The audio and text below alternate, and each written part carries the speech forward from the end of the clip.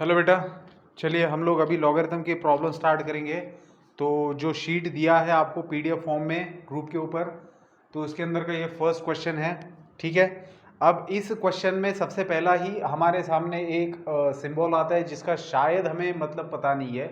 जो सिंबल आपको दिख रहा है ये वाला, तो बेटा इसको कहा जाता है समेशन। ठीक है, ये सिंबल है समेशन का। समेशन, सम का मतलब तो पता है आपको, ऐड करना।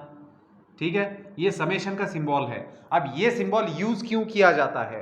तो सिंपल सी बात है कि जब भी आपके पास बहुत ज़्यादा टर्म्स है और उन टर्म्स को अगर आपको एडिशन के फॉर्म में लिखे हुए हैं वो टर्म्स, और वो बहुत ज़्यादा जगह ले रहे हैं जब हम लोग लिखते हैं, तो उसको छोटे तरीके से शॉर्ट फॉर्म में लिखने के लिए समेशन का यूज़ होता है। ठीक है, तो मैं मोटे तौर पर ये बात बता रहा हूँ आपको। ठीक है, तो समेशन कैसे यूज होता है? फॉर एग्जाम्पल, जैसे मान लो कि मैं ये वाला एडिशन अभी आपके सामने लिख रहा हूं। जैसे मुझे लिखना है कि x plus x square plus x cube plus x raise to 4 plus x raise to 5। ठीक है, अब ये मैंने ऐसे लिख दिया। मेरे पास 5 टर्म थी, उन 5 टर्म का मुझे एडिशन करना था। X, x square, x cube, x raise to 4, x raise to 5। अब इसी को अगर मैं समेशन का, इस समेशन सिंबल का यूज करके लिखना चाहूं तो कैसे लिखूंगा? समेशन करना है, सिंबल क्या कहता है? समेशन करना है, सम करना है। किसका सम करना है? तो ऐसे term x raise to n form. देखिए, इसके अंदर समेशन आप तभी सिंबल यूज कर सकते हो जब जिन टर्म्स का आप एडिशन कर रहे हो वो किसी पर्टिकुलर फॉर्मेट में हो। जैसे मैं यहां पर 5 के 5 टर्म्स को एक्स रेस टू एन से रिप्लेस कर सकता हूं, मतलब इनको मैं जनरली एक तरीके से रिप्रेजेंट कर सकता हूं। ये सारे के सारे टर्म्स एक तरीके के हैं कि जैसे मैंने इन सभी को रिप्लेस कर दिया, इन सभी को रिप्रेजेंट कर दिया एक्स रेस टू एन से। अब सिर्फ फर्क क्या है? तो एन की जगह क्या आएगा? एन की जगह एक बार 1 आएगा, फिर एन की जगह एक बार 2 आएगा, फिर एन की जगह एक बार 3 आएगा, फिर एन की जगह एक बार 4 आएगा, और एन की जगह एक बार 5 आएगा। तो मैं क्या कहूंगा फिर? समेशन करना है किसका? एक्स रेस टू एन जैसी टर्म्स का। लेकिन एन क्या क्या लेना है? तो एन 1 से लेकर तो 5 तक आपको लेते रहना है। मतलब इसका मतलब क्या हुआ? इसका मतलब होता है कि मैं अभी इसको अगर पढ़ना है तो कैसे पढ़ेंगे? Summation of x raise to n where n runs from 1 to 5। कैसे पढ़ेंगे? समेशन करना है एक्स रेस टू एन इस टर्म का, लेकिन इसके अंदर एन कहां से कहां तक लेना है? 1 से लेकर तो 5 तक। मतलब आप एन का वैल्यू 1 यहां पर रखेंगे, लिखेंगे एक्स रेस टू 1 मतलब एक्स, फिर आप उसको ऐड करेंगे किसके अंदर? फिर आपको एन का वैल्यू 2 रखना है तो एक्स स्क्वायर बनेगा। एन का वैल्यू 2 रख दिया, फिर ऐड करेंगे समेशन। फिर नेक्स्ट एन का वैल्यू क्या आता है? 3, फिर एन का वैल्यू 3 रख दिया यहां पर, फिर ऐड करेंगे। फिर एन का वैल्यू रखेंगे 4, फिर ऐड करेंगे। ऐसा कब तक? तो 5 तक, तो एक्स रेस टू 5। मतलब इतनी बड़ी एडिशन को मैंने लिख दिया शॉर्ट फॉर्म में। समझ आई बात? बस अभी इतना भी समझ में आया तो भी बहुत हो गया। तो ये होता है बेटा समेशन का मतलब। तो आप किसी भी तरीके के जो एक पर्टिकुलर फॉर्मेट में आते हैं टर्म्स जिनको आपको एडिशन के फॉर्म में लिखना है, तो आप समेशन के सिंबल का यूज करके लिख सकते हो। अब यहां पर इस क्वेश्चन के अंदर क्या दिख रहा है आपको? याद रखना हमेशा कि आप जिन टर्म्स का समेशन कर रहे हो तो उसके अंदर एक वेरिएबल होता है जो रन करता है किसी नंबर से किसी दूसरे नंबर तक। जैसे इस क्वेश्चन के अंदर अगर आप देखेंगे तो वेरिएबल आपका n है। आपको n की बारी बारी से वैल्यू लेनी है। पहले आप n की वैल्यू 2 लेंगे, फिर यहाँ पर रखेंगे, फिर ऐड करेंगे, फिर n की वैल्यू 3 लेंगे, यहाँ पर रखेंगे, फिर लिखेंगे, फिर ऐड करेंगे n की वैल्यू। ऐसा n की वैल्यू 2 से लेकर तो 127 तक लिखना है। अब आप सोचिए, अगर समेशन सिंबल नहीं यूज करते तो क्या कोई बोर्ड दुनिया का काफी हो जाता इस समेशन को लिखने के लिए? मतलब आपको बहुत बड़ा बोर्ड बनाना पड़ता। अगर आपको ये वाला एडिशन जो यहाँ पर इतने छोटे जगह पर लिखा हुआ है, ये एक्चुअल में एडिशन कैसा है? तो n की जगह पर एक बार 2 लिखा जा रहा है, ये टर्म लिखी जा रही है जहां पर n की जगह पर 2 आएगा, 3 आएगा, 4 आएगा, ऐसे 127 तक, और उन सबका एडिशन आपको लिखना है। ठीक है, तो ये समेशन का यूज करके आप बहुत छोटी जगह पर लिख पाए, लेकिन इसका मतलब समझना जरूरी है। तो मेरे ख्याल से आप लोग को इसका मतलब समझ में आ गया होगा। क्या मतलब होता है कि आप n की वैल्यू बारी बारी से रखते जाएंगे और जो जो टर्म्स आएंगे उनका एडिशन करते जाना है। जैसे n का वैल्यू 2 रख दिया, फिर n का वैल्यू 3 रखेंगे, फिर n का वैल्यू 4 रखेंगे, और ऐसे आपको जितने टर्म्स मिलेंगे सबका एडिशन आपको करना है, ये इसका मतलब होता है। ठीक है, तो पहली तो बात समेशन सिंबल का मतलब। अब बात करते हैं कि आपको इसका वैल्यू निकालना है। ठीक है, तो कैसे निकालेंगे वैल्यू? सबसे पहले तो समझते हैं कि क्या दिया है, log of this number with respect to the base 2, log of 1 + 1/n to the base 2 दिया है, इसका हमें वैल्यू निकालना है। बेसिकली इसका वैल्यू नहीं निकालना है, ऐसे कितने टर्म्स है, 2 का वैल्यू रखेंगे, 3 का, ऐसे 127 तक वैल्यू रखेंगे, तो ऐसे आपके पास बहुत सारे टर्म्स है जिनका एडिशन कितना आता है आपको बताना है। तो सबसे पहले मैं क्या करना चाहूंगा, सबसे पहले मैं 1 + 1/n को सिंप्लीफाई करके, मैं मतलब पूरे ये जो समेशन के अंदर लिखा है ना, इसको थोड़ा मैं सिंप्लीफाई करके देखना चाहता हूँ। तो log ऑफ मेरे पास है 1 + 1/n टू द बेस 2। अब अगर मुझे इसको सिंप्लीफाई करना है बेटा, तो ये जिस नंबर का log हम लोग निकाल रहे हैं, इसके नीचे पहले टर्म में कुछ नहीं मतलब 1 है, तो मैं यहाँ पर क्रॉस मल्टीप्लीकेशन करता हूँ, तो मुझे क्या मिलेगा, 1 × n मिलेगा n, प्लस 1 × 1 मिलेगा 1 divided by n to the base 2। क्या किया मैंने, कुछ नहीं किया, सिंपल दो नंबर का एडिशन किया, 1 + 1/n का एडिशन ये आता है। अब अगर आप इसको गौर से देखेंगे तो आपको कौन सा लॉ दिख रहा है, लॉग का, ये लॉ आपने देखा था लॉगरिथम के अंदर, log m/n to the base a अगर आपके पास है तो आप इसको लिख सकते हो बेटा log m to the base a minus log n to the base a। अगर आपके पास m/n है तो आप इसको ऐसे लिख सकते हो, मेरे पास भी वही है, ये आपका m है और ये n है, तो मैं क्या लिखूंगा इस लॉ का यूज करके, इसको मैं लिख सकता हूँ log n + 1 to the base 2 minus log n to the base 2। समझ आई बात? मतलब ये जो समेशन सिंबल के अंदर ये जो दिखा हुआ था, ये जो लिखा हुआ है, ये बेसिकली ऐसे दिखता है। इसका हमने मेकअप उतार दिया तो इसका ओरिजिनल चेहरा हमारे सामने आ गया, तो इसका यूज करेंगे अभी। तो समेशन के अंदर ये जो था, इसकी जगह पर हम इसको लिख सकते हैं, so summation of log n + 1 to the base 2 minus log n to the base 2, इस पूरे के लिए समेशन अप्लाई है। ठीक है, अगर मैं ये ब्रैकेट नहीं डालता हूं तो इसका मतलब होगा कि मैं समेशन सिर्फ मैंने पहले टर्म के लिए लगा रखा है, मतलब n का वैल्यू सिर्फ इसकी जगह पे आते रहेगा और इनका एडिशन होता रहेगा, ये अपना अलग है। लेकिन ऐसा नहीं है, हमें इससे ये ऑब्टेन हुआ, इसलिए इस पूरे के लिए समेशन अप्लाई होता है। बस अब क्या करना है, आप समेशन को खोल देते हैं, इसको पॉज करके लिखेंगे। समेशन को खोलने का मतलब क्या बेटा, कि जो समेशन के अंदर जो वेरिएबल है वो जो वैल्यूज लेने वाला है उनको एक एक करके इसके अंदर रखेंगे। तो आपको लग रहा होगा एक एक करके रखेंगे मतलब कि 127 को लिखते बैठना है क्या? नहीं, पहले 2-3 नंबर डाल के देखना है और लास्ट वाला डाल के देखना है, ताकि फॉर्मेट समझ में आ जाए कि कौन कैंसिल होता है, कौन बचता है। ठीक है, तो सबसे पहले n लेगा वैल्यू 2, तो 2 की वैल्यू इसके अंदर रख देते हैं। तो 2 का वैल्यू यहां पर रखूंगा तो 2 + 1 3 बन जाएगा, तो मेरे पास आएगा log 3 टू द बेस 2, और ये माइनस साइन, 2 का n का वैल्यू 2 रख दिया तो log 2 टू द बेस 2। तो ये आ गया पहला टर्म, n का वैल्यू 2 रखने के बाद में मेरा ये पहला टर्म आया। अब ये पहला टर्म है, इसके अंदर मैं ऐड करूंगा नेक्स्ट जो टर्म आएगा वो। ठीक है, वही तो समेशन का मतलब होता है। नेक्स्ट टर्म क्या रखना है, n का वैल्यू 3, 2 के बाद n का वैल्यू क्या रखेंगे 3, तो n का वैल्यू यहाँ 3 रख दिया, तो क्या मिला बेटा 3 + 1 4, तो 4 टू द बेस 2, और ये माइनस n का वैल्यू क्या लिखना है 3, सो log 3 टू द बेस 2। समझ आई बात? ये सेकंड टर्म आपको मिला है। अब थर्ड टर्म, 2 हो गया, 3 हो गया, 3 के बाद आता है 4, 4 यहां पर रखेंगे तो प्लस क्या मिलेगा log 4 + 1 that is 5 to the base 2, minus यहां पर क्या रखना है 4, so log 4 to the base 2। ऐसा करते करते करते आपको चाहिए तो आप एक और नंबर रख सकते हो, ताकि आपको पैटर्न समझ आए कि कौन कौन कैंसिल हो रहा है और कौन कौन बच रहा है। तो आप चाहो तो एक और नंबर लिख सकते हो, लिखूं? चलिए लिख देते, अच्छे तरीके से समझ आएगा। प्लस कहां तक रखा था हमने, n का वैल्यू 4 रखा है, अब n का वैल्यू 5 रखते हैं। n का वैल्यू 5 रखूंगा तो 5 + 1 6, so log 6 to the base 2, minus n का वैल्यू 5 रखा है, so log 5 to the base 2। तो हमने अब तक सिर्फ log, हमने n के वैल्यू सिर्फ 2, 3, 4 और 5 4 ही रखे हैं। ऐसे करते करते हम सारे नंबर्स लिखेंगे। ठीक है, इसका क्या मतलब होता है कि बीच के सारे नंबर्स हमने लिख दिए। बेसिकली लिखने की जरूरत नहीं, क्योंकि कैलकुलेशन समझ में आता है कि क्या होने जा रहा है आगे, इतने से ही समझ में आ जाता है। ठीक है, तो लास्ट का अभी वैल्यू सब्स्टिट्यूट करेंगे। सो log 127 रखेंगे n की जगह, n की जगह log 127 रखा तो 127 + 1 128 टू द बेस 2, माइनस यहां पर आएगा log 127 टू द बेस 2। ठीक है, तो ये इतने सारे टर्म्स का एडिशन है जो समेशन के सिंबल का यूज करके यहां पर लिखा था। ठीक है, अब देखना कैंसलेशन किस किस का हो रहा है। तो ऑब्जर्व करेंगे हर ब्रैकेट को, ठीक है बेटा। तो पहले ब्रैकेट के अंदर का जो पहले ब्रैकेट के अंदर आपके पास दिख रहा है कुछ आपको, पहले ब्रैकेट में जो पहला टर्म है वो दूसरे ब्रैकेट के दूसरे टर्म से कैंसिल हो रहा है।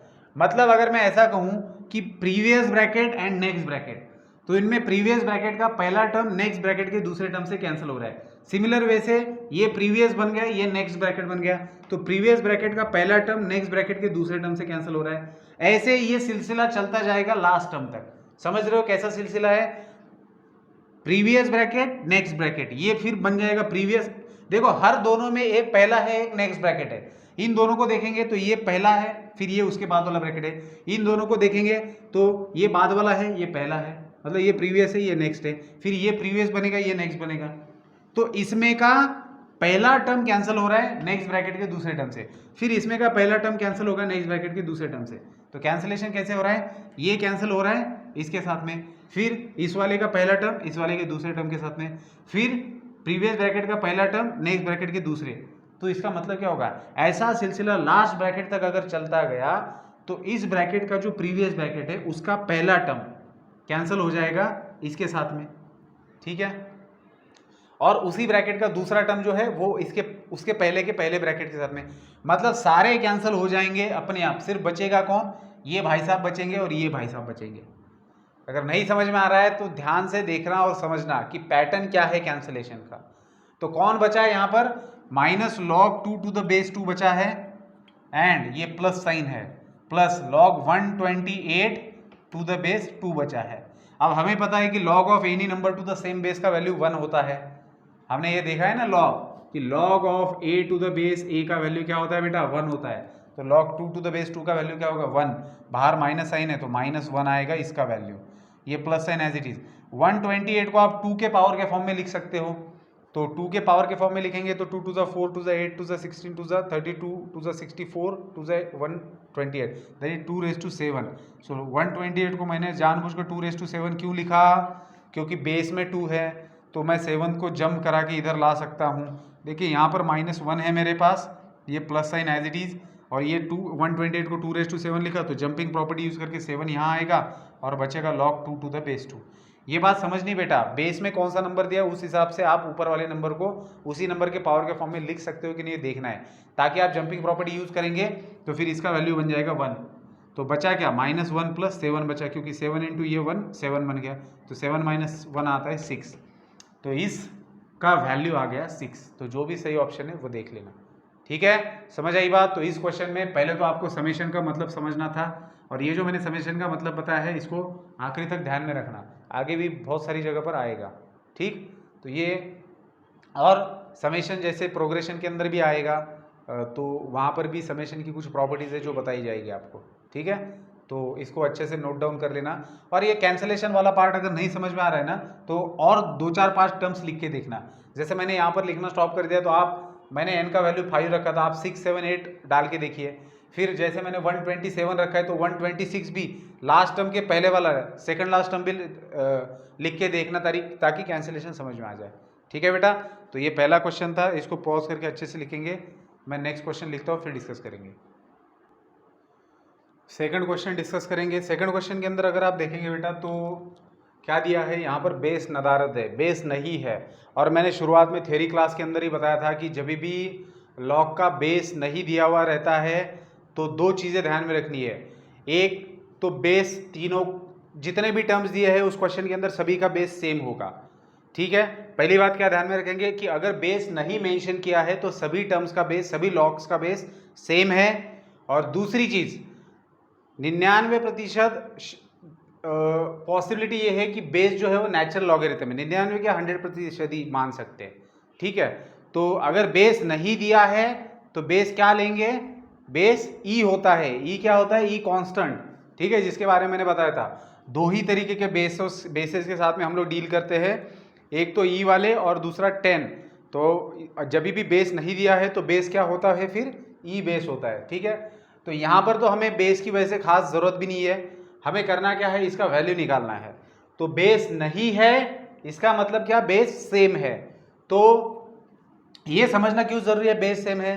क्योंकि आप जब लॉग के लॉज अप्लाई करते हो, लॉज ऑफ लॉगरिथम आप अप्लाई करते हो, तब हर जो भी लॉ ऑफ एडिशन, सब्ट्रैक्शन या फिर लॉ ऑफ मल्टीप्लिकेशन, डिवीजन, जो भी कहना चाहोगे, उन सभी लॉज में आपने देखा है कि जितने भी लॉगरिथम्स है आपके पास सबके बेस सेम होने चाहिए, तभी जाके एडिशन अगर हो तो आप जिन नंबर्स का लॉग फाइंड आउट करो उनको मल्टीप्लिकेशन के फॉर्म में लिख सकते हो। जैसे यहाँ पर क्या है, log of a square by b, इस नंबर का लॉग फाइंड आउट किया जा रहा है with respect to base e. Log of this number find out किया जा रहा है, इस नंबर का लॉग फाइंड आउट किया जा रहा है, इस नंबर का लॉग, और सभी के बेस सेम है। आप पहले तीन टर्म्स को देखिए, तीनों का बेस सेम है और तीनों के बीच में एडिशन है, तो कौन सा वाला लॉ अप्लाई होगा? देखिए मैं आपको बताता हूं। मैंने बताया था कि अगर हमारे पास log m to the base a है, log n to the base a है, और ऐसे न जाने कितने भी लॉग्स क्यों ना हो, कोई फर्क नहीं पड़ता, अलग अलग नंबर्स के आप लॉग फाइंड आउट कर रहे हो with respect to the same base, और दो सबके बीच में अगर एडिशन है तो आप इसको आग बंद करके लिख सकते हो log of m into n into p to the base a।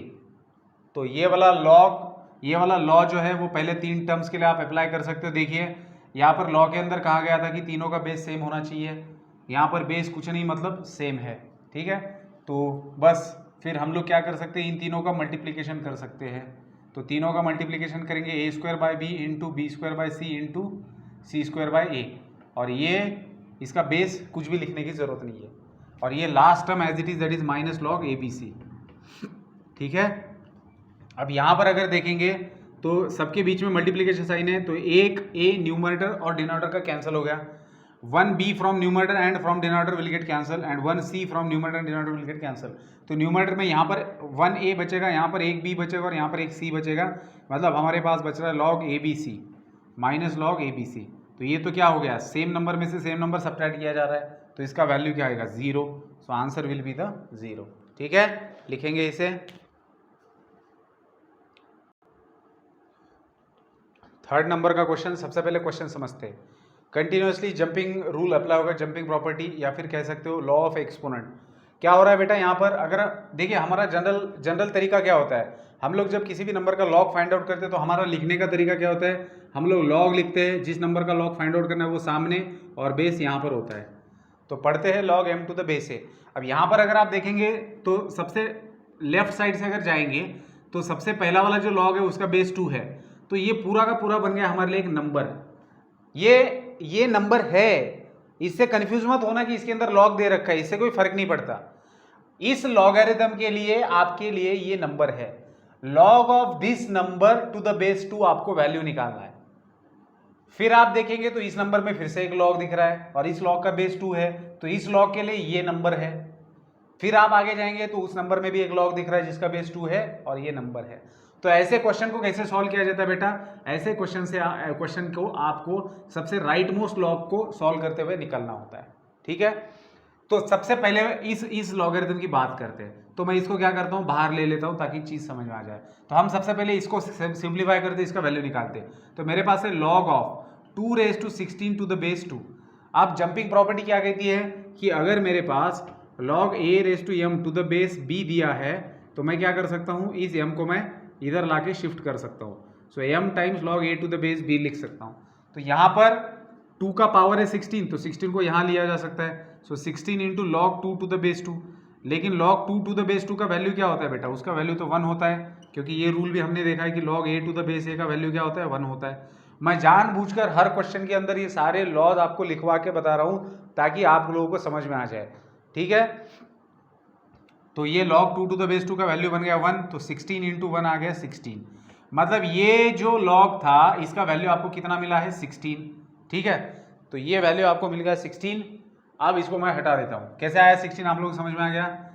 तो इसका मतलब क्या हुआ, हमारे पास, मैं अभी इसको हटा के इसकी जगह पर क्या लिख सकता हूँ, फिर इसकी जगह पर मैं लिख सकता हूँ 16।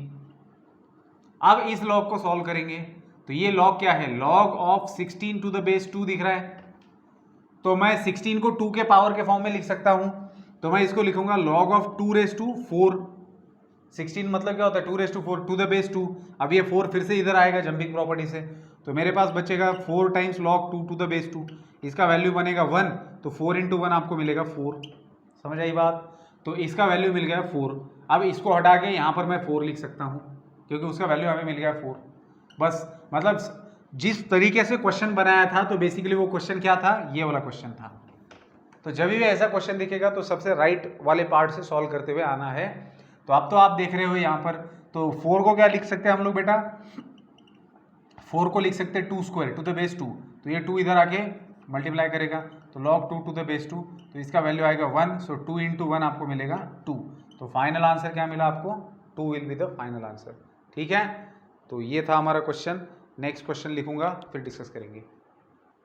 क्वेश्चन नंबर 4 बेटा क्या दिया है और क्या पूछा है समझते हैं। दिया ये है कि log b to the base a का वैल्यू c है और फाइंड आउट करना है log b to the base 1/a का वैल्यू क्या है। तो ये फाइंड आउट करना है तो इसको समझते हैं। देखिए log b to the base 1/a दिया हुआ है जिसका वैल्यू हमें निकालना है। तो 1/a को मैं लॉज ऑफ इंडाइसिस यूज करके क्या लिख सकता हूँ, a⁻1 लिख सकता हूँ, लिख सकते हैं ना, लॉज ऑफ इंडाइसिस 1/a को a⁻1 लिखा जा सकता है। तो मैं क्या करूँगा, log b to the base a⁻1 लिख दिया। अब ये b के पावर में कुछ नहीं मतलब 1 मैं लिख सकता हूँ। क्यों लिख रहा हूँ मैं, ताकि आपको जो लॉ है उसके साथ में आप इसको कंपेयर कर सके। तो हमारा लॉ क्या कहता है, चेंज ऑफ बेस रूल के बाद में हमने एक लॉ देखा था या एक प्रॉपर्टी देखी थी कि अगर मेरे पास जिस नंबर का मैं लॉग फाइंड आउट कर रहा हूँ वो अगर बेस इंडेक्स फॉर्म में है और उसी लॉगरिथम में बेस भी बेस इंडेक्स फॉर्म में है तो इसका वैल्यू आप लोग क्या लिख सकते हो। अगर मेरे पास log of a⁻m to the base b⁻n है तो m/n को आप बाहर ले सकते हो, into log a to the base b लिख सकते हो due to change of base rule. Change of base rule की हेल्प से आपने ये प्रॉपर्टी दिखाई थी मैंने। तो अब यहाँ पर क्या है, यहाँ पर b का पावर 1 है और a का पावर -1 है, तो 1/-1 बाहर आएगा और यहाँ बचेगा सिर्फ log b to the base a। ठीक है, लेकिन 1/-1 क्या होता है, -1 ही तो होता है, into log b to the base a का वैल्यू उन्होंने खुद दे रखा है c, तो c रख देंगे तो फाइनल आंसर क्या आएगा -c। मतलब log b to the base 1/a का वैल्यू क्या बना, -c, लेकिन कब, अगर log b to the base a का वैल्यू c है। ठीक है, लिखेंगे इसको। चलिए क्वेश्चन नंबर 5 देखेंगे और 6 भी देखेंगे। पहले मैं 6 का बता देता हूँ ताकि मैं उसको हटा सकूँ। क्वेश्चन नंबर 6 जो है बेटा क्या होगा उसका आंसर आप खुद भी बता सकते हो। क्या 0 का लॉग फाइंड आउट किया जा सकता है, बिल्कुल भी नहीं किया जा सकता। log of 0 is not defined and log of negative numbers are also not defined. ये मैंने इसीलिए नोट के अंदर पहले दिया था, देखा आपने क्वेश्चन बन गया ना इसके ऊपर। जानबूझकर बेस कुछ भी देने दो, 0 का लॉग फाइंड आउट ही नहीं किया जा सकता। और क्यों नहीं किया जा सकता, इसका रीज़न मैंने बताया है डेफिनेशन के अंदर। ठीक है, तो वहीं पर ये चीज़ बताई थी, नेगेटिव नंबर और 0 का लॉग नहीं फाइंड आउट किया जा सकता, इसलिए इसका आंसर क्या रहेगा, डज नॉट एग्जिस्ट रहेगा या फिर नॉट डिफाइंड रहेगा। तो 6 को मैं हटा देता हूँ, 6 का हो चुका है सोल्यूशन। अब बात करेंगे 5th की। तो 5th में अगर आप देखेंगे तो आपको दिख रहा है कि यहाँ पर अगर मैं पावर 1 रख दूँ तो कोई फर्क पड़ेगा, बिल्कुल नहीं पड़ेगा। log x to the base a लिखना और log x⁻1 to the base a⁻1 लिखना सिंपल है। क्यों लिखा मैंने, ताकि ये इसी फॉर्मेट में आ जाए। अब कौन सा वाला फॉर्मूला अप्लाई करूंगा मैं यहाँ पर, कौन सा वाला लॉ अप्लाई करूंगा, तो जो हमने पहले देखा था अभी इसके पहले, अगर मेरे पास a⁻m to the base b⁻n होता है तो मैं लिख सकता हूँ m/n into log a to the base b। ठीक है, ये वाला लॉ मैं यहाँ पर लगा दूँ तो 1/1 तो कोई लिखने की ज़रूरत नहीं, तो log x to the base a as it is रहेगा, प्लस ये 2/2 बाहर आएगा, 2/2 और बचेगा log x to the base a। फिर इस टर्म्स में से 3/3 बाहर आएगा, बचेगा log x to the base a। ऐसे करते करते लास्ट टर्म क्या है, n/n log x to the base a। तो ये सारे के सारे कैंसिल हो रहे बेटा, मतलब इनके कोएफिशिएंट। तो बच क्या रहा है, log x to the base a plus log x to the base a plus log x to the base a। ऐसा कितने टाइम्स है, ऐसे कितने टाइम एडिशन करना है एक ही नंबर का। log x to the base a ये एक ही नंबर हमारे पास है जिसका हम कितने टाइम एडिशन कर रहे हैं, n टाइम्स। ये कैसे पता चल रहा है कि मैं n टाइम्स एडिशन कर रहा हूँ, x के पावर से पता चल रहा है। पहले टर्म में x का पावर 1 था, दूसरे टर्म में x का पावर 2 है, 3 है, तो ये nth टर्म हो गया। मतलब आपके पास इस समेशन के अंदर n टर्म्स का समेशन है। तो आपके पास log x to the base a log x to the base a ऐसे कितने बार आप इसको ऐड कर रहे हो, n बार ऐड कर रहे हो। और ये तो बहुत ही बेसिक बात है मैथ्स के अंदर कि किसी भी एक ही नंबर को आप जितने टाइम ऐड करते हो तो उसका आंसर क्या होता है, that number multiplied by given number. मतलब जैसे मान लो कि मैं 5 को 7 टाइम अगर ऐड करना चाहता हूँ तो मैं 5 इंटू 7 लिख दूँ तो मुझे आंसर मिल जाएगा। अगर मैं 5 को 100 टाइम ऐड कर रहा हूँ तो 5 इंटू 100 उसका आंसर रहेगा। तो ऑन द सिमिलर बेसिस अगर मैं log x to the base a को n टाइम्स ऐड कर रहा हूँ तो इसका मतलब क्या होगा, इसका एडिशन क्या आएगा, n times log x to the base a। अब आंसर में अगर ये दिया है तो ठीक है, नहीं तो एक और फॉर्मेट में आंसर दिया जा सकता है कि इसको जंपिंग प्रॉपर्टी यूज़ करा कि इसके सिर के ऊपर ला बिठा दे, x⁻n लिख दे टू द बेस a, तो ये भी एक दिया जा सकता है। तो दोनों में से कोई भी एक आंसर दिया जा सकता है। ठीक है, तो ये 5th क्वेश्चन का सोल्यूशन था। 6 मैंने पहले ही बता दिया। ठीक है, लिख लेंगे आप इसको। चलिए क्वेश्चन नंबर 7 देखते हैं। अब क्वेश्चन नंबर 7 में थोड़ा सा यहाँ पर जो है तो ये सिंबल थोड़ा सा गड़बड़ है। मतलब यहाँ जो समेशन का नोटेशन दिख रहा है इसका मतलब यहाँ पर समझना ज़रूरी है। यहाँ समेशन का जो यूज़ किया है वो बेसिकली आपको डिफरेंट कॉम्बिनेशंस लेने हैं बेस में, उसके बारे में बताया गया है। मतलब क्या कि आपको समेशन करना है किसका, इसका। लेकिन अगर आप देखेंगे तो अंदर तो कोई वेरिएबल पता नहीं चल रहा और ना तो वेरिएबल कहीं से कहीं तक रन कर रहा है, तो फिर समेशन क्योंकि समेशन में होता क्या है, समेशन सिंबल तभी यूज होता है कि जब आप अंदर कोई वेरिएबल ले रहे हो और उस वेरिएबल को किसी नंबर से किसी नंबर तक रन कर रहे हो, ताकि आप हर एक बार वो नंबर डालते रहे और आने वाले टर्म्स को ऐड करते जाए। लेकिन यहाँ पर तो ऐसे कुछ दिख नहीं रहा, तो इस वाले सिंबल को कैसे समझना है, इसका क्या मतलब लेना है वो ध्यान में रखना कि जब भी ऐसा क्वेश्चन आए तो इसमें समेशन का क्या मतलब हो रहा है। तो यहाँ पर बेटा आप जिस नंबर का लॉग फाइंड आउट कर रहे हो वो 4 डिफरेंट नंबर से जो मल्टीप्लिकेशन के फॉर्म में है। ठीक है, ये 4 डिफरेंट नंबर्स है। अब ये जो 4 नंबर्स है इनका इन नंबर्स में से कोई भी 2 नंबर्स लेके बेस बनाया जा रहा है। इनमें से कोई भी 2 नंबर सेलेक्ट किए जा रहे हैं बेस के लिए, और ऐसे आप इन 4 नंबर से जितने भी 2-2 नंबर्स के बेस बना सकते हो, जितने भी कॉम्बिनेशन आप बनाओगे उन सबका लेकर आपको एडिशन करना है। क्या कहा मैंने, फिर से एक बार बताता हूं। ये समेशन का मतलब क्या है कि यहां पर जैसे उन्होंने 1 लिख दिया है, 1/log क्या लिख दिया उन्होंने, ABCD to the base AB। तो इन्हीं 4 नंबर्स में से 2 नंबर उन्होंने AB लिए हैं जो बेस के लिए यूज किए हैं। तो वो समेशन के मार्फत हमें बताना चाहते हैं कि आप क्या करो कि ये जो 4 नंबर्स है ABCD, इनके 2-2 नंबर्स के डिफरेंट कॉम्बिनेशन बनाओ। मतलब ABCD 4 नंबर में से, इन 4 नंबर्स में से आपको 2-2 के कॉम्बिनेशन बनाने हैं। ठीक है, तो 2-2 के कॉम्बिनेशन कैसे बनेंगे फिर, जैसे AB उन्होंने खुद दे रखा है तो A को आप C के साथ में ले सकते हो, AC बनेगा। फिर A को D के साथ में ले सकते हो, AD बनेगा। अब आप B को C के साथ में ले सकते हो तो BC एक बेस बनेगा, और B को D के साथ में लिया तो BD एक बनेगा। फिर आप CD एक बना सकते हो।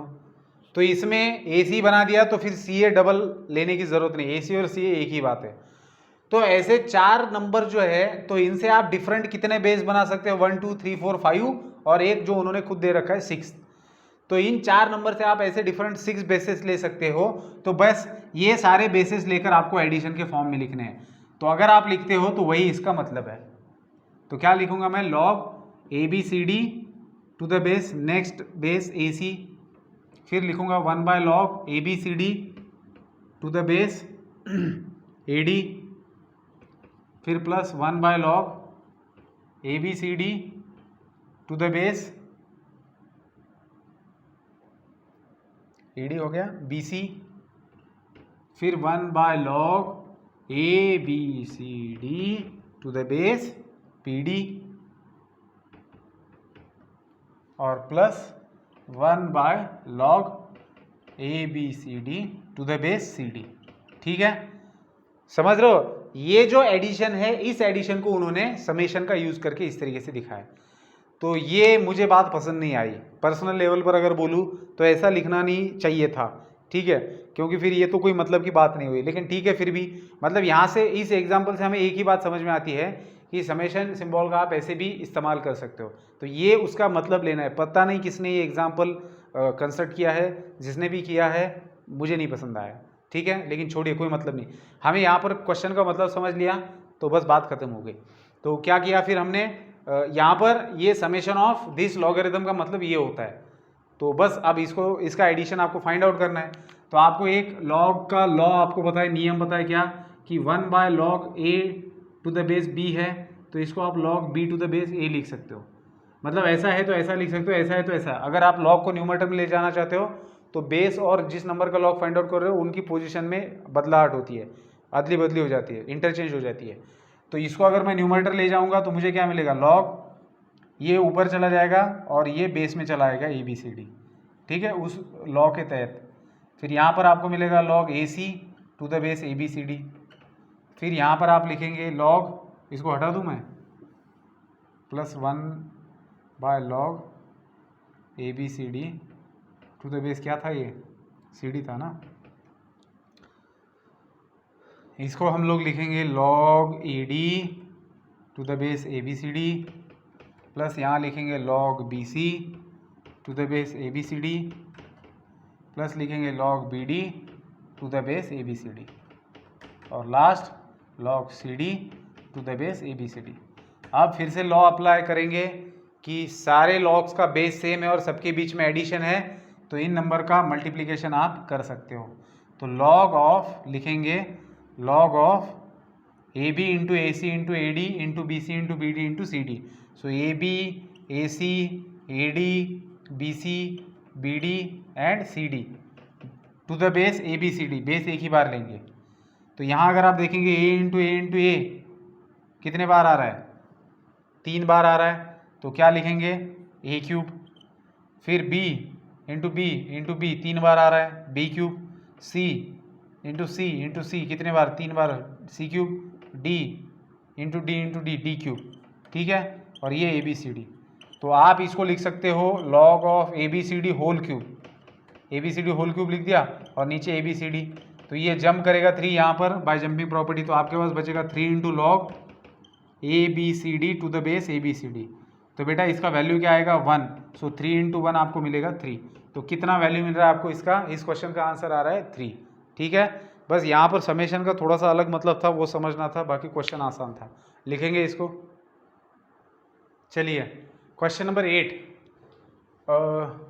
देखिए थोड़ा सा क्वेश्चन में शायद, मुझे पता नहीं, क्योंकि मेरे जो PDF है वो मोबाइल के अंदर है और मैं उसी के ऊपर रिकॉर्डिंग कर रहा हूँ, तो मैंने क्वेश्चन लिख के लिए थे पेज के ऊपर, तो शायद मुझे यहाँ पर गड़बड़ लग रहा है।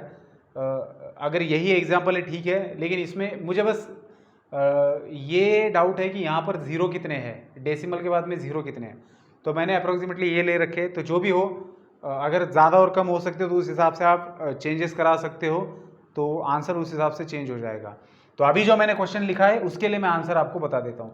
अगर क्वेश्चन में कुछ थोड़ा बहुत चेंज है, चेंज मतलब क्या कि सिर्फ डेसिमल के बाद 0 कितने, तो उस हिसाब से आंसर आपका वेरी करेगा, ठीक है, लेकिन पैटर्न वही होगा सॉल्व करने का। अब यहाँ देखिए, इसको आप क्या लिख सकते हो, 0.0001 को क्या लिखेंगे, 0.0001, इसको क्या लिखा जाता है, तो इसको आप 10 टू द पावर 1 2 3 4 -4 लिख सकते हो, ठीक है, 10 टू द पावर -4 लिखेंगे इसको। और 0.001 को क्या लिखेंगे, डेसिमल के बाद कितने डिजिट है 1 2 3, तो 10 टू द पावर -3, ठीक है। तो बस 0.001 की जगह इसको रिप्लेस करते हैं, so log of 10 raise to -4 to the base 10 plus log of 10 to the power -3 to the base 10।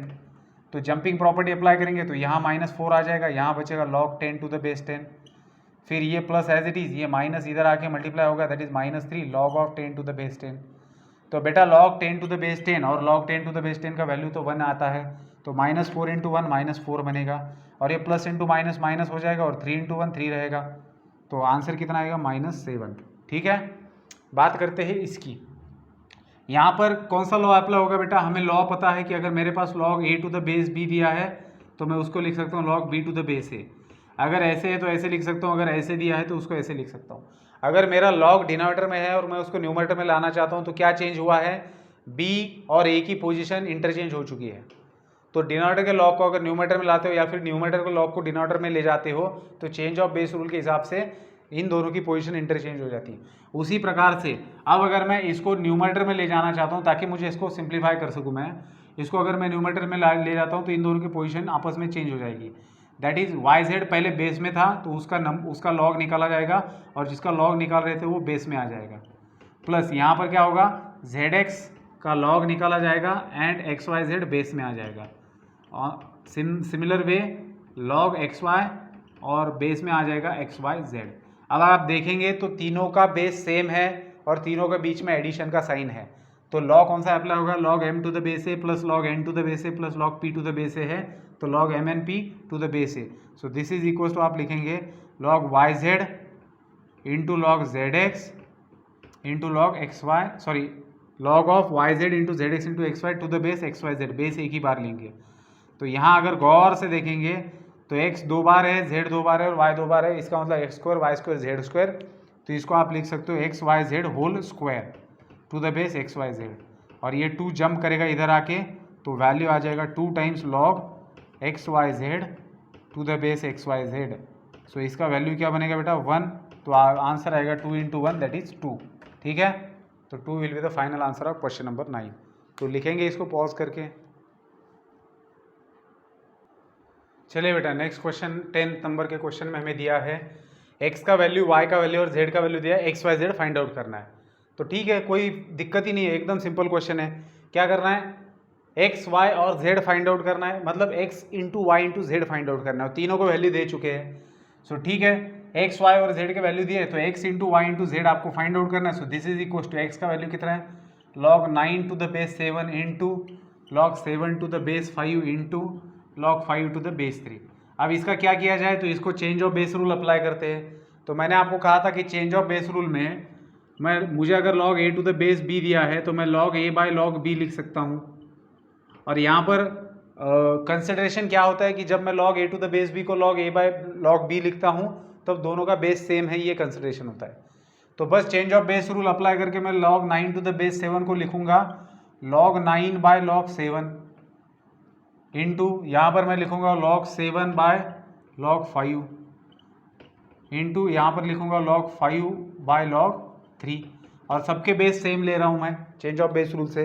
तो log 9 कैंसिल हो, सॉरी log 9 को कैंसिल नहीं, log 7 कैंसिल हो सकता है, log 5 कैंसिल होगा, बचेगा log 3 by log 3, sorry log 9 by log 3 बचेगा। ठीक है, अब इस 9 को आप लिख सकते हो 3 स्क्वायर और डिनोमिनेटर में है log 3। तो ये भाई साहब जंप करके यहाँ आएंगे तो 2 times log 3 divided by log 3। So log 3 will get cancel, तो बचेगा क्या 2। ठीक है, तो आंसर आएगा आपका 2। लिखेंगे पॉज करके। क्वेश्चन नंबर 11 डिस्कस करेंगे बेटा। क्या दिया है, log x by 2 is equal to log y by 3 है ना, 3 is equal to log z by 5। तो ये तीनों आपस में एक दूसरे के बराबर है, तो हमें वैल्यू निकालना है y इंटू जेड का। तो अगर ये तीनों रेशोज एक दूसरे से बराबर है तो क्यों ना इनका वैल्यू हम लोग कुछ एक कांस्टेंट मान ले और उससे आगे हम लोग सॉल्व कर सके। तो याद रखना क्वेश्चन के पैटर्न कैसे होते हैं और सॉल्यूशन का अप्रोच कैसे होता है। यहाँ पर ये तीनों रेशोज इक्वल है, आपको y इंटू जेड का वैल्यू निकालना है। तो सबसे पहले y और z का वैल्यू देखना पड़ेगा। ठीक है, क्या आता है, तो मैं इस रेशो को इक्वेट कर रहा हूँ किसी कांस्टेंट के साथ में, लेटर से k। Let the value of these 3 ratios be k। तो मैंने यहाँ पर से कहा है, से का मतलब क्या, मैं अपने मन से, देखिए इनका वैल्यू कुछ ना कुछ तो होगा। अब ये तीनों आपस में एक दूसरे से बराबर है और इनका वैल्यू कुछ ना कुछ होगा, तो मैंने k कह दिया। ठीक है, तो ये ऐसा क्यों किया मैंने, क्योंकि मुझे सॉल्व करने में आसानी हो रही है इससे, जो मैथमेटिक्स के रूल के बाहर भी नहीं है, और अगर मुझे सॉल्यूशन निकालने में आसानी हो रही तो मैं क्यों ना करूं। तो मैंने इन रेशोज का वैल्यू k कंसिडर किया। अब मैं हर एक रेशो को k के साथ में इक्वेट कर सकता हूं, क्योंकि ये तीनों आपस में बराबर है और तीनों का वैल्यू k है। इसका मतलब log x बाय 2 ये k के बराबर है, तो इससे मुझे log x का वैल्यू मिल रहा है 2k। ये 2 उधर जाके मल्टीप्लाई होगा। On the same basis log y to the base 3 बराबर है k के, तो log y को मैं लिख सकता हूँ 3k, क्योंकि ये दोनों बराबर है तो 3 उधर जाके मल्टीप्लाई होगा। और सेम तरीके से log z का वैल्यू बनेगा 5k। अब आप ध्यान से देखना, आपको निकालना है y इंटू जेड। अब यहाँ पर तीनों का भी बेस नदारद है, log x दिया है लेकिन बेस नहीं है, log y दिया है बेस नहीं है, log z दिया है बेस नहीं है। तो बेस नहीं मतलब बेस सेम होता है। तो यहाँ पर मुझे निकालना है y इंटू जेड का वैल्यू। तो कैसे मैं y इंटू जेड तक पहुँच सकता हूँ, तो अगर आप ध्यान से देखेंगे बेटा तो log y और log z आपको दिखाई दे रहा है और दोनों का बेस नहीं मतलब बेस सेम हम लोग ले सकते हैं। तो अगर मैं दोनों इक्वेशन को ऐड कर दूं तो अपने आप मेरा काम बनेगा। कैसे, देखिए मैंने दोनों इक्वेशन को ऐड किया तो log y plus log z left hand side का एडिशन लेफ्ट में किया और 3k plus 5k right hand side में है। अब क्योंकि दोनों का बेस सेम है तो लॉ अप्लाई करूंगा log m to the base a वाला। अगर log m to the base a plus log n to the base a होता है तो मैं क्या लिखता हूँ log mn to the base a। और अगर बेस नहीं दिया है तो बेस सेम है तो भी मैं ऐसे लिख सकता हूँ। तो बस ये वाला लॉ अगर मैं यहाँ पर अप्लाई करता हूँ तो मुझे मिलेगा log yz is equals to 3k plus 5k 8k। अब आंसर मुझे निकालना है, जो भी ऑप्शन दिया वो x के फॉर्म में ऑप्शन है, ठीक है। तो कैसे निकालेंगे हम इसको, तो यहां देखिए log x का वैल्यू क्या है, 2k है, तो मैं इस 8k को ऐसे नहीं लिख सकता 4 इंटू 2k, 8k को ही मैंने 4 इंटू 2k लिखा। क्यों लिखा, क्योंकि मैं 2k का वैल्यू log x यहाँ पर रिप्लेस करना चाहता हूँ। तो बस log yz मेरे पास लेफ्ट में है, तो इसको एज इट इज़ रखेंगे log yz, और 4 इंटू 2k की जगह मैं लिखूंगा log x, 2k की जगह log x। क्यों, क्योंकि मुझे yz का आंसर x के फॉर्म में चाहिए था, तो इसलिए मैंने ये दिमाग लगाया। अब इसको थोड़ा इधर लेता हूँ, जगह कम है। So log yz is equal to 4 times log x है। तो बेटा जंपिंग प्रॉपर्टी से ये भाई साहब इसके सिर के ऊपर जा बैठेंगे, तो क्या मिलेगा log x रेज टू 4, ठीक है, और लेफ्ट हैंड साइड में है log yz। अब दो अगर इक्वेशन में आपके पास log log दोनों साइड में है और दोनों का बेस सेम है, और अगर बीच में इक्वल साइन है, तो मतलब ये, अच्छा ये रूल मैंने बताया ही नहीं था आपको, इक्वालिटी वाला, इन इक्वेशन देखे थे हमने। अगर मैं लिखता हूँ log m is equal to log n, तो इसका मतलब होता है कि ये दोनों नंबर इक्वल होने चाहिए, ठीक है। तो उस हिसाब से अगर मैं लिख रहा हूँ log yz is equal to log x raise to 4, तो इसका मतलब क्या होता है, yz must be equal to x raise to 4। तो yz का वैल्यू हमें निकालना था, जो आया x रेज टू 4, ठीक है। अच्छा क्वेश्चन था ये, सोचना थोड़ा इसके ऊपर, लिखो इसको पॉज करके। हाँ बेटा, क्वेश्चन नंबर 12 एंड 13 डिस्कस करेंगे अभी। तो 13 में एक करेक्शन कर लेना कि यहाँ पर log ABC to the base D चाहिए था, तो क्वेश्चन के अंदर मेरे ख्याल से A दिया हुआ है, तो D चाहिए। ऑप्शन के हिसाब से अगर दिए गए ऑप्शन में से एक आंसर अगर आपका आना है, तो यहाँ पर D चाहिए। अगर A भी होता है तो भी कोई दिक्कत नहीं, लेकिन फिर आंसर अलग आएगा, तो यहाँ D कर लेना करेक्शन। तो क्वेश्चन नंबर 12 तो कतई आसान क्वेश्चन है, ठीक है, बिल्कुल। मतलब अगर इस टाइप का क्वेश्चन अगर एग्जाम में आता है तो किस्मत के मार्क है, समझ लेना है, ठीक है। तो ज़्यादातर किस्मत होती नहीं है ना, क्योंकि ऐसे क्वेश्चन पूछते नहीं है, बस ये समझने के लिए होता है कि लॉ ऐसे भी अप्लाई किया जा सकता है। तो क्या दिख रहा है बेटा, यहाँ पर बेस कुछ नहीं है न्यूमरेटर में, और डिनोमिनेटर में भी बेस कुछ नहीं है, इसका मतलब दोनों का बेस सेम लेना है, ठीक है। बेस ऊपर वाले का भी कुछ नहीं और नीचे वाले का कुछ नहीं, मतलब बेस सेम है। और ये दोनों अगर आप दोनों को ध्यान से देखेंगे तो दोनों भी 3 के पावर के फॉर्म में लिखे जा सकते हैं। बस यहाँ पर ये बात समझ में आ गई तो क्वेश्चन खत्म है। तो 243 को आप लिख सकते हो 3 के पावर के फॉर्म में। 3 का कितना पावर 243 होता है, 5th पावर होता है, तो 3⁵ डिवाइडेड बाय 27 को 3 के पावर के फॉर्म में लिखेंगे तो 3⁵, ठीक है। तो जंप करेगा जंपिंग प्रॉपर्टी से, तो क्या मिलेगा 5 times log 3 divided by 3 times log 3, ये जंप किया तो log 3 विल गेट कैंसिल, तो 5/3 विल बी द आंसर। तो आसान था क्वेश्चन ये, इसलिए मैंने कहा आसान था, इसलिए एक साथ मैंने 2 क्वेश्चन लिख दिए थे बोर्ड के ऊपर, मुझे पता था ये जल्दी निपट जाएगा, तो लिख लो इसको। अब बात करते हैं क्वेश्चन नंबर 13 की। अब क्वेश्चन नंबर 13 को ज़रा ध्यान से समझ लीजिए। दिया क्या है बेटा, दिया है कि a² b³ के बराबर है, b³ c⁹ और d⁹, मतलब ये चारों आपस में एक दूसरे के साथ में बराबर है, इक्वल है। फाइंड आउट करना है log ABC to the base d। अगर आप ध्यान से देखेंगे जो फाइंड आउट करने के लिए कहा है, तो उसमें a b और c का मल्टीप्लिकेशन दिख रहा है और बेस में d दिख रहा है। तो ऐसे सिचुएशन में अगर आपको log ABC to the base d का वैल्यू निकालना है, तो ऑब्वियसली किसी के भी दिमाग में ख्याल आएगा कि आपके पास क्या होना चाहिए। अगर आपके पास log a to the base d, log b to the base d and log c to the base d हो, तभी आप इसको ऐसे लिख सकते हो ना। अगर आपके पास ये है तो आप इसको ऐसे लिख सकते हो, क्योंकि बेस सेम है, तीनों के बीच में एडिशन है, तो आप इनका मल्टीप्लिकेशन कर सकते हो। तो अगर मुझे इसका वैल्यू निकालना है, तो क्या मैं ये ऑब्टेन कर सकता हूँ दी गई इन्फॉर्मेशन से, इसके बारे में सोचना है।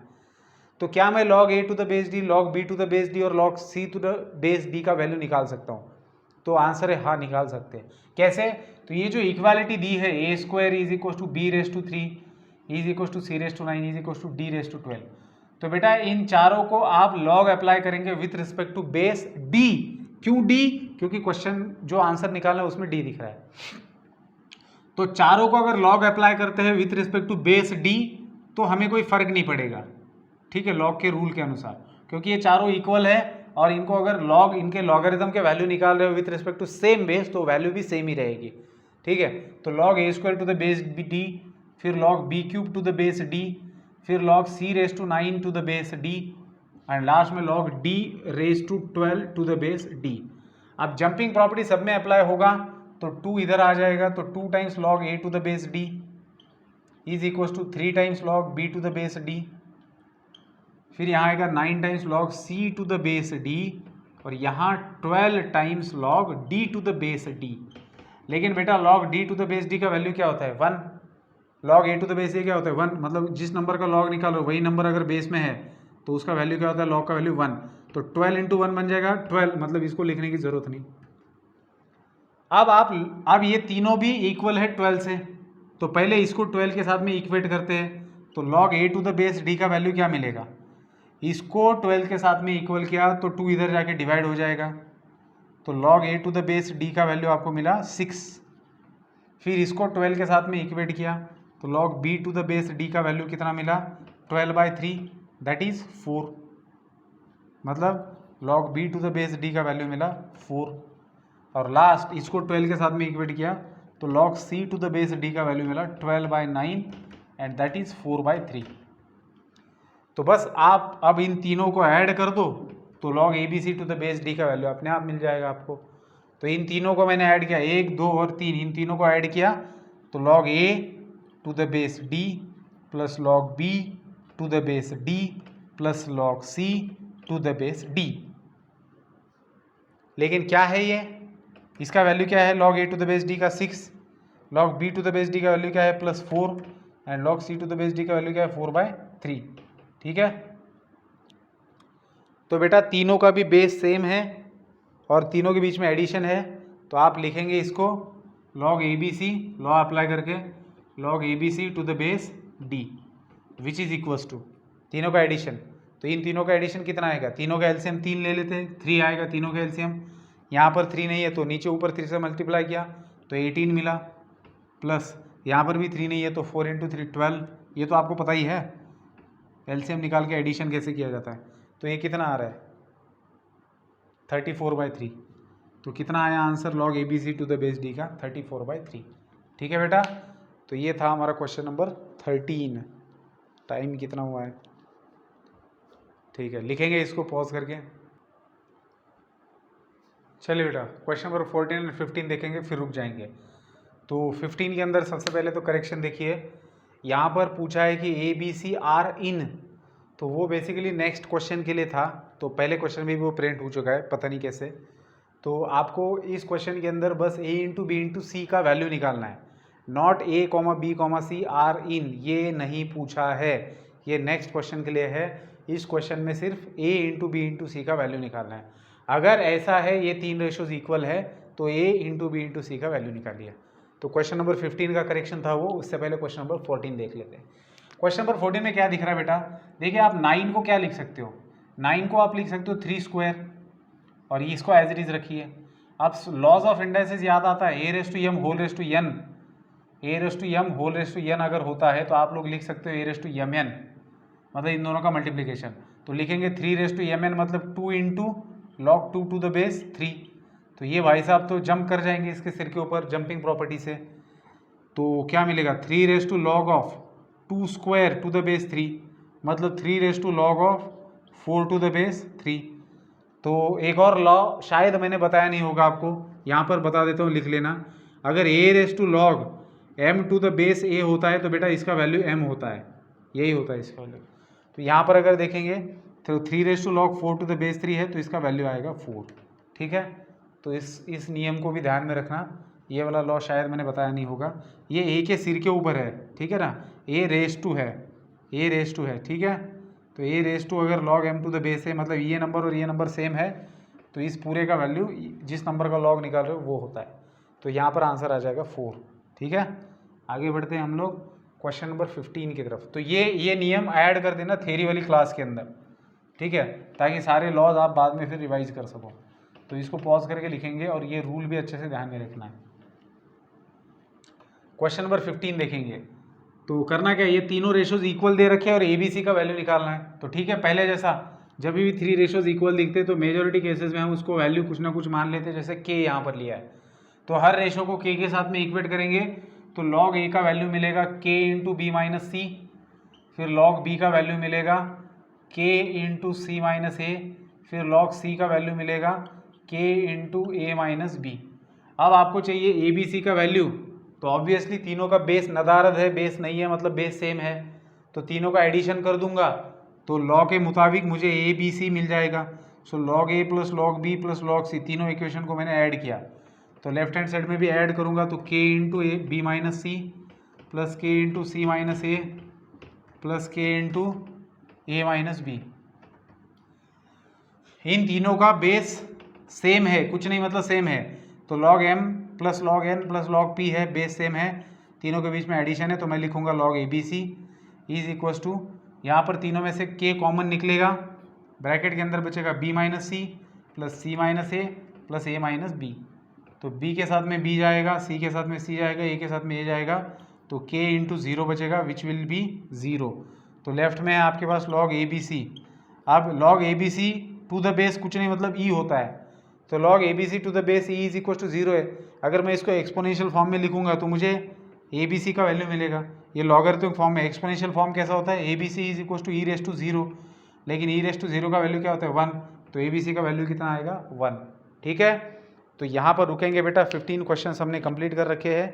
नेक्स्ट वीडियो में कुछ और क्वेश्चंस डिस्कस करेंगे। Good bye.